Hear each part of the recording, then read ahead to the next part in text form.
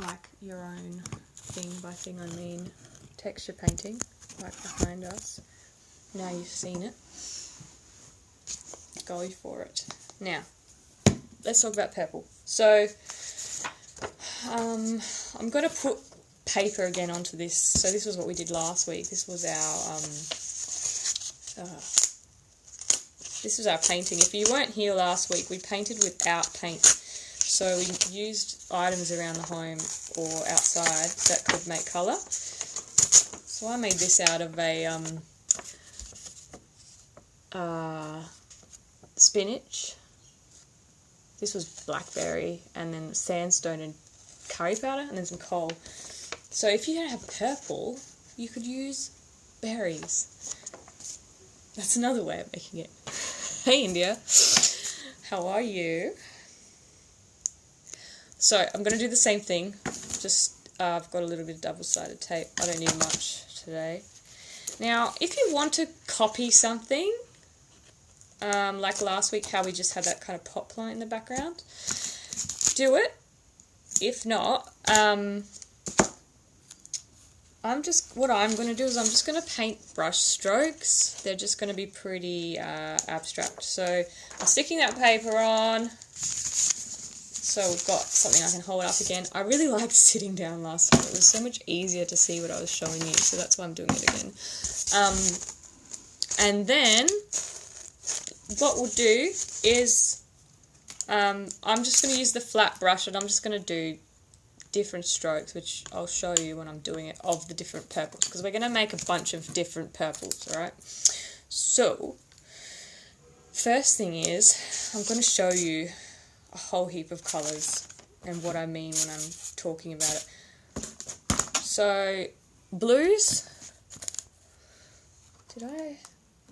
Cerulean, Clayfair, primary. I'll show you my blues. This is primary blue. Would make a decent purple, I would say. Most of the blues aren't the problem usually. Now this was the blue I used last week. This was a Flato. It was too dark, unless you wanted a real dark purple. It dries very dark, that one. Primary is probably still my pick. I've also got Pearl Blue, which I talked to you about this range last time. So this is the metallic range that Montmartre make, the cheaper brand, but I like it because I like the colours. I really like that blue. That's a nice blue. If you want a metallic sort of thing going on. And then I've got a Southern Ocean blue. Look, I wouldn't recommend something like that. It's leaning too cool towards a green to make a purple. So I'm going to leave that over there too we're not using pile, which is we're not using this dark Playfair blue. Tell me how to say it, somebody, please. Okay. I got these. I split my fingernail in my washing basket. Like I was putting my hand in, and it just got caught on like the plastic, and it's painful. Anyway, enough of that. I bought these from Eckersley's. They packaged them in a nice little package for me because I had the right number. How good. So this is the flow range I was talking to you about that I prefer at the moment. And I've got a cerulean blue, which is a little bit of, it's a warmer blue. It'll make nice blending. It'll be a bit better than that dark one that we used the other week in terms of, they have caps on them now. They never used to. It's new. It's a bit of a, can see that it leans more towards a pastel blue. Could make a pastel blue quite well. I'm still going to go with primary though. So I've got a handy dandy takeaway lid, as you all would have if you are in New South Wales, because you know what I'm talking about. We have not left the house. And yeah, I'm just going to leave that for now because that's going to be my main blue. So pick a blue. Like I said, the blue is not usually your issue, it's your red. So even if you have a dark blue, like the one we looked at last week, being quite dark, dries quite dark, you'll still be able to use it to make a purple. I like a blue that's got a little bit more, that's just not quite as dark. Anyway, I'll stop putting that. Don't need any more out of there. So I'll show you what else I got. I got a really nice, an aqua green, which, I mean, it's easy to blend an aqua green, but it's also nice to have one. Like this blue would make a nice aqua green, the new one I just pulled out.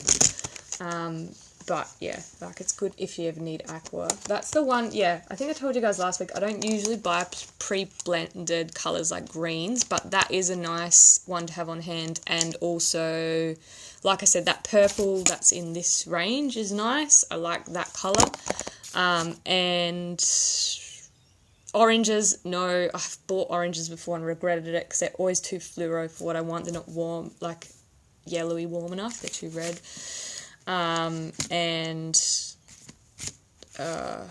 Yeah, I wouldn't really, like I said, purples, they're hard, but it's hard to even buy a nice purple, I feel. I haven't seen a lot.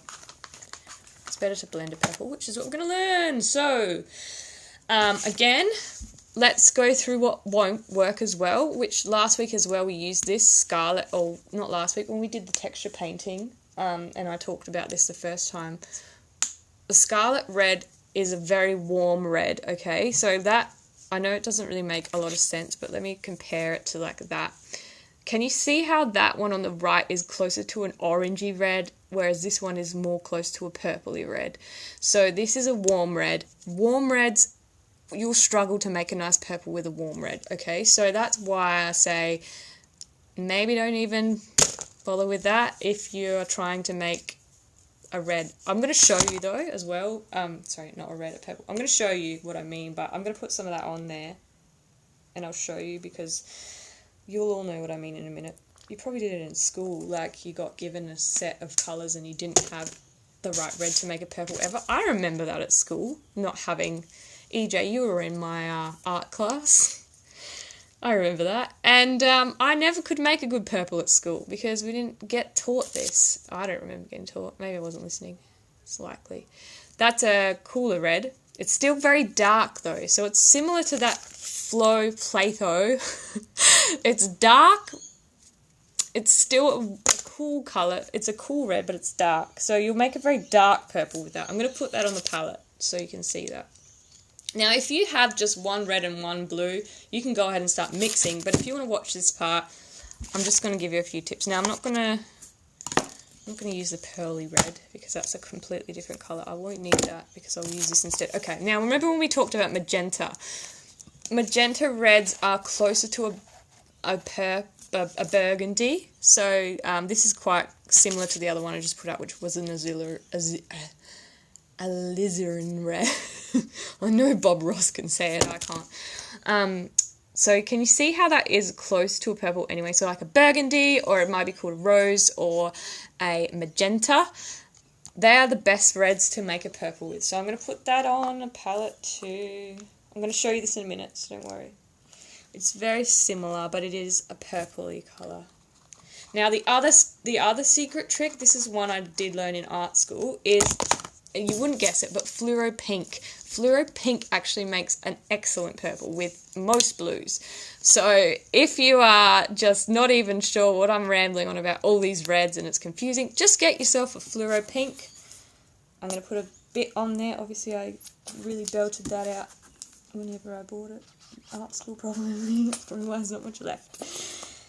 I think I went from using this to magentas because I realised that, you know, they're a bit more accessible than a fluoro.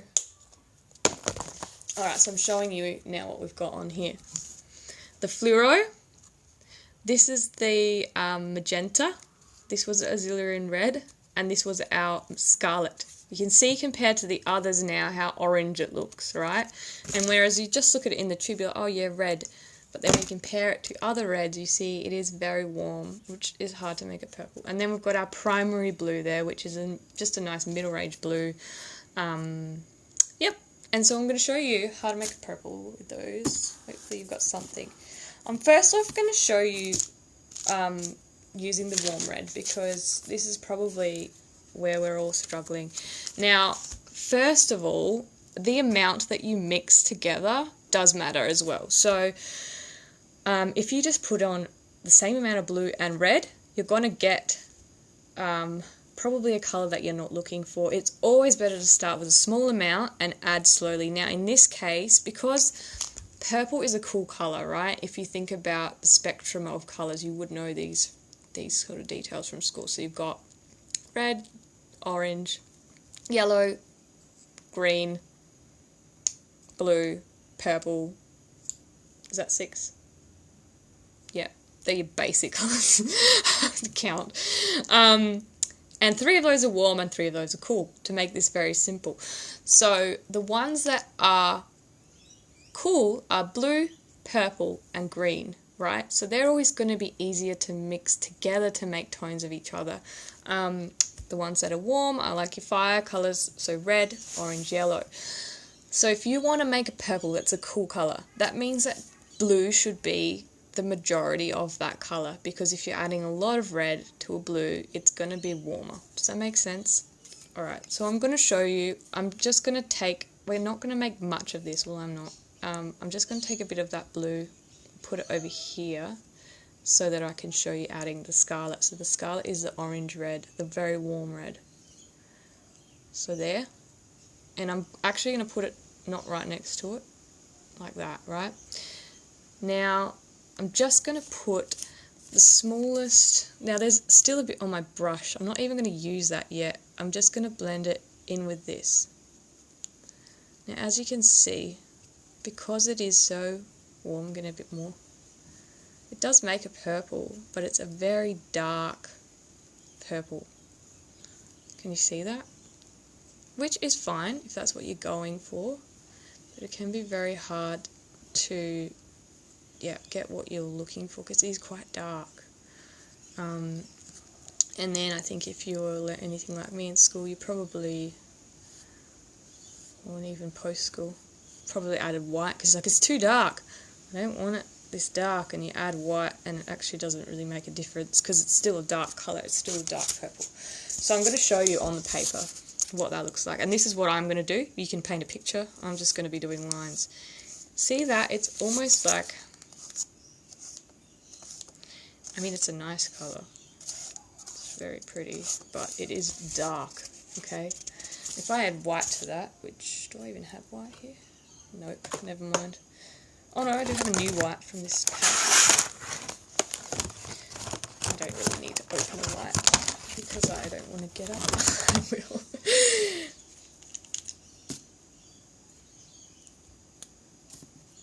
Alright.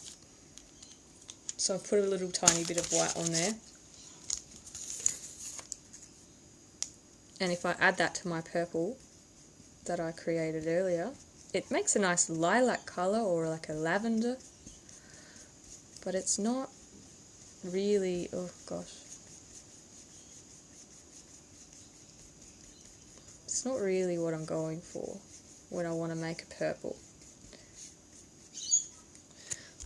See that? So it just made that lighter. Even so, it's not a whole bunch lighter. So that is a purple, but if that's not the purple that you're going for, let's talk about other purples now. So I'm just going to rinse that in my water. Now, I'll show you, we're going to go up the scale. So the next one is the Azilian red. Am I saying it right? Alizarin. Is it alizarin? Anyway, I'm going to take that blue from over there. Tiny bit again. Always adding the less amount of the red colour, because remember, purple is a cool colour.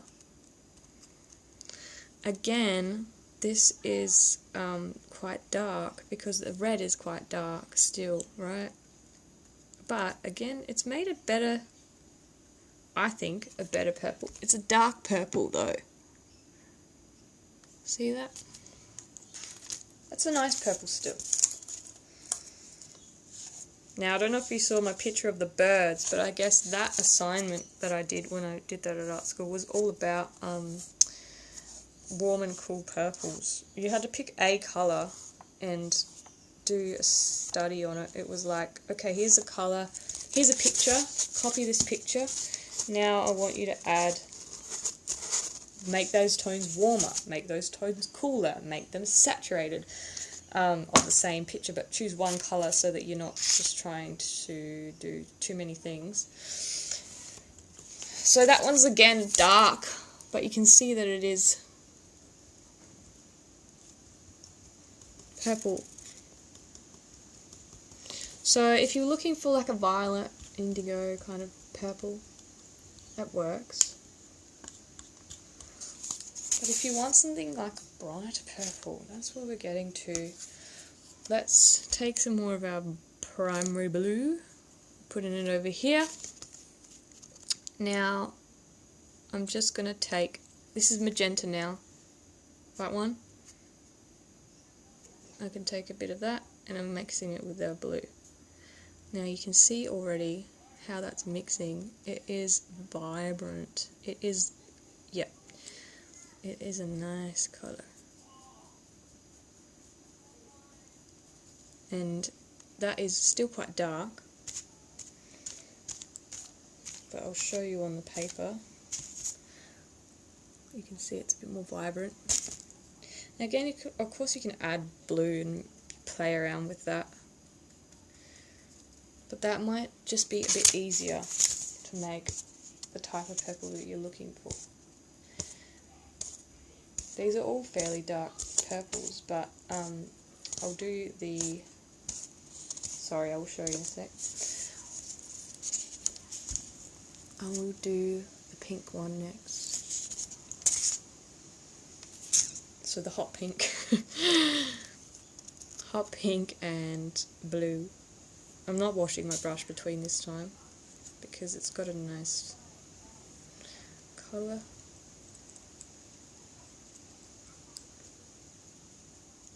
Now with the hot pink, you need a bit more because it kind of gets dulled out very quickly, but the purple should be fairly vibrant. It's a very warm purple, but without being too dark. I still think it makes the best. I still think it makes the best colour. Look at that. That's with the hot pink. Now this particular brand, and to be honest, I haven't tried a lot of brands of fluoro paint because I don't really use it a lot. I have poster paint that's fluoro. It's from IKEA. This brand is Montmartre actually, so the one that I was telling you last week where I used to use a lot of their colours. You would be able to find this at most craft shops. I think it's fairly common. But what I don't love about it is it's not very dense, and for the purpose that I use it, which is mixing purples, you probably want something a little bit more opaque than this. But if you're just using it for, yeah, like if you were trying to cover a surface with this paint, particularly this brand of this colour, you would need a lot of coats. It's very thin. If you use it, you'll know what I mean. It's quite a transparent colour. Anyway, so this is our purple now with our, what am I saying? Can you see it? It's that one in the middle.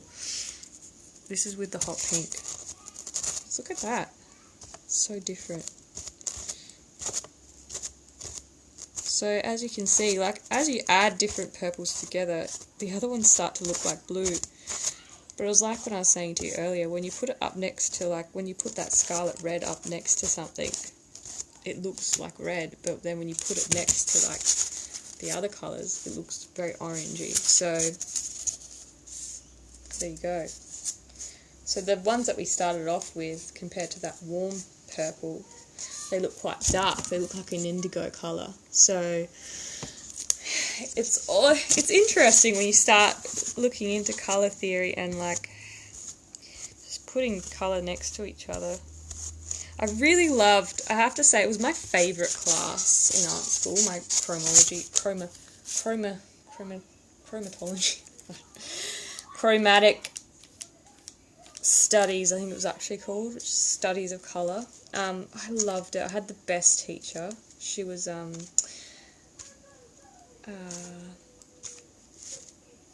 King's Cross, and she would talk about like just the colourful things that she'd see down, like walking to her house, from her house into places, and just the vibe of King's Cross. Not like the nightlife vibe, more just like, I don't know, what am I saying? But she always had good stories anyway, put it that way. I loved hearing it. But yeah, she was so encouraging as well. And I learnt so much about colour. I read this really good book actually called Chromophobia, and it's all about how certain colours can evoke emotions for people. Like, you've seen it, in decorating shows and stuff when they're like, this warms the room or whatever the colour does to your mood.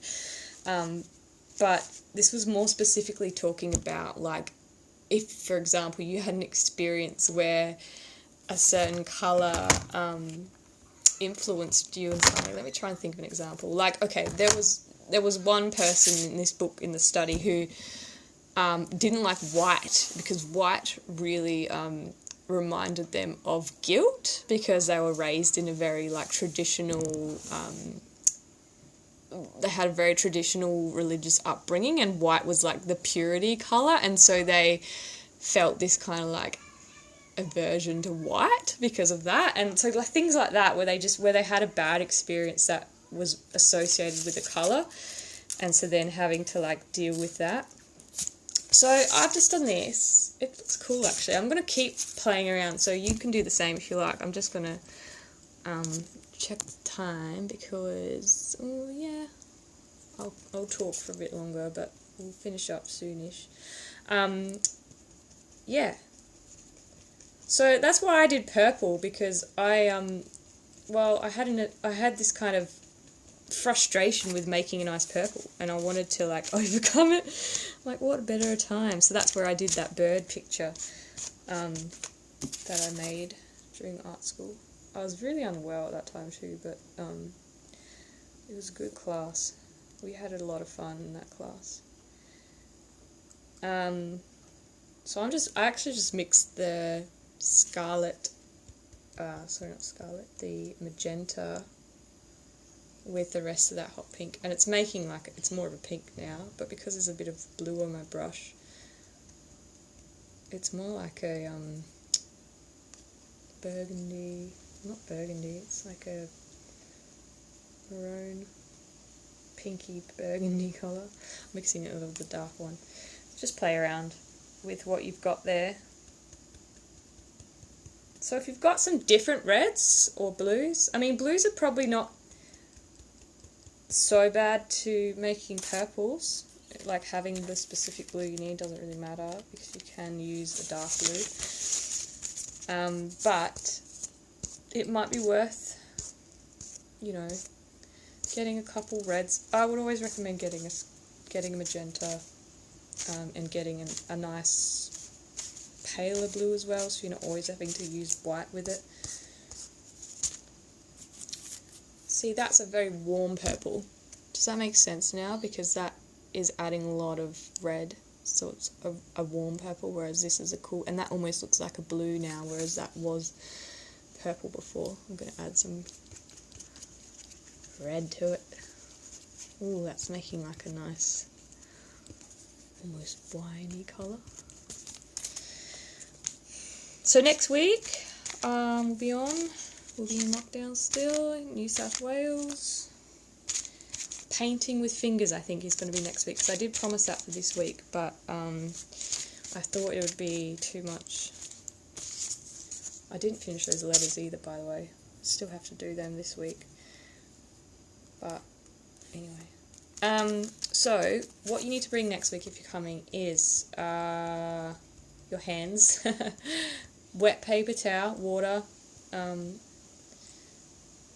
see, I've just made that with the blue and the dark red. That's just, to me, that now looks like a blue.